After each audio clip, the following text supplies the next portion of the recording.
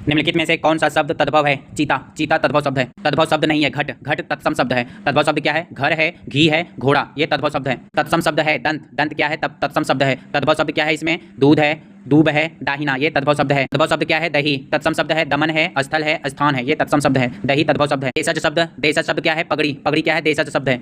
पुल जो है यह विदेशज शब्द है, यह फारसी भाषा से आया हुआ शब्द है। पलंग देशज शब्द नहीं है। पलंग का तत्सम रूप पर्यंक होता है। पलंग क्या है? तद्भव शब्द है, उसका तत्सम रूप क्या होगा? पर्यंक।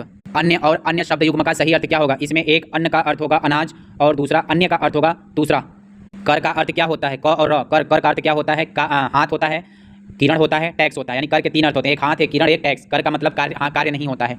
जल में पैदा होने वालों के लिए एक शब्द जलज। गंगा किस प्रकार की संज्ञा का उदाहरण है? व्यक्तिवाचक संज्ञा। मैं, तू, आप, क्या में प्रश्नवाचक सर्वनाम क्या है? क्या। दानी। दानी किस प्रकार का विशेषण है?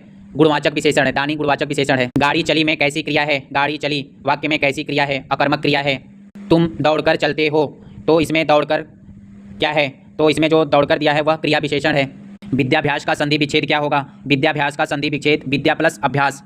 राज दरबार में कौन सा समास है? राज दरबार में तत्पुरुष समास है। उपदेश में किस उपसर्ग का प्रयोग हुआ है? उपदेश में उपसर्ग का प्रयोग हुआ है। मानसिक में किस प्रत्यय का प्रयोग हुआ है? मानसिक में इक प्रत्यय का प्रयोग हुआ है। कौन सा शब्द स्त्रीलिंग है? बचत। बचत शब्द स्त्रीलिंग है। बचपन पुल्लिंग है। बल। बल पुल्लिंग है। चाल। चाल पुल्लिंग है।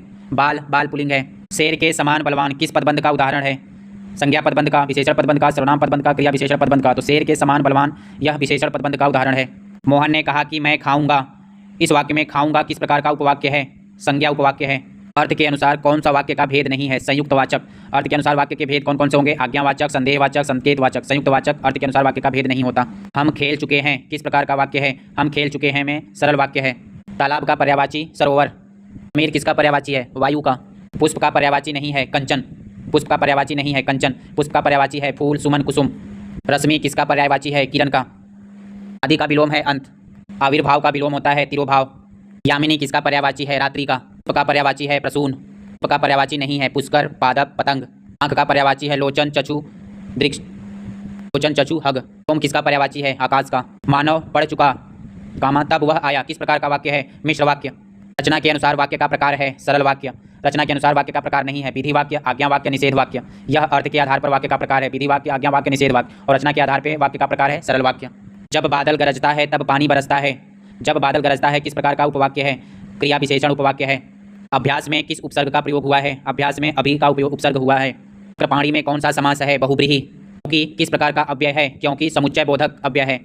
आगे, पीछे, लगभग आदि कैसे अव्यय हैं? संबंध सूचक। का बैठे बैठे खाता है, इसमें क्रिया विशेषण क्या है? बैठे बैठे। कौन सा कर्मक धातु है? पीसना।